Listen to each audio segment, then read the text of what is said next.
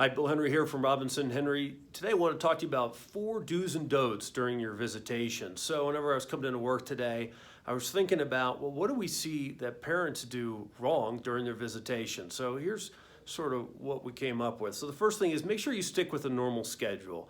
Just because you're divorced doesn't mean that your children in particular shouldn't maintain a normal schedule. It's obviously better for them and better for you. Next thing is don't try to buy your kids love. So just because you don't see your kids every day doesn't mean every single time you see them, you got to go off to Chuck E. Cheese or whatever else it's going to be.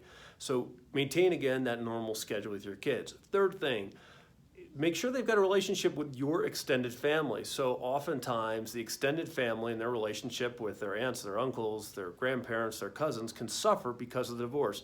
Try to maintain that as normal as possible.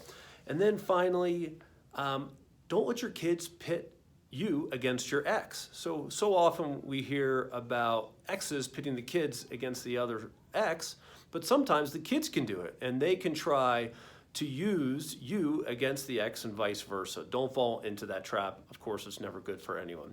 Bill Henry from Robinson Henry. If you get any questions, feel free to send us an email below. Thanks.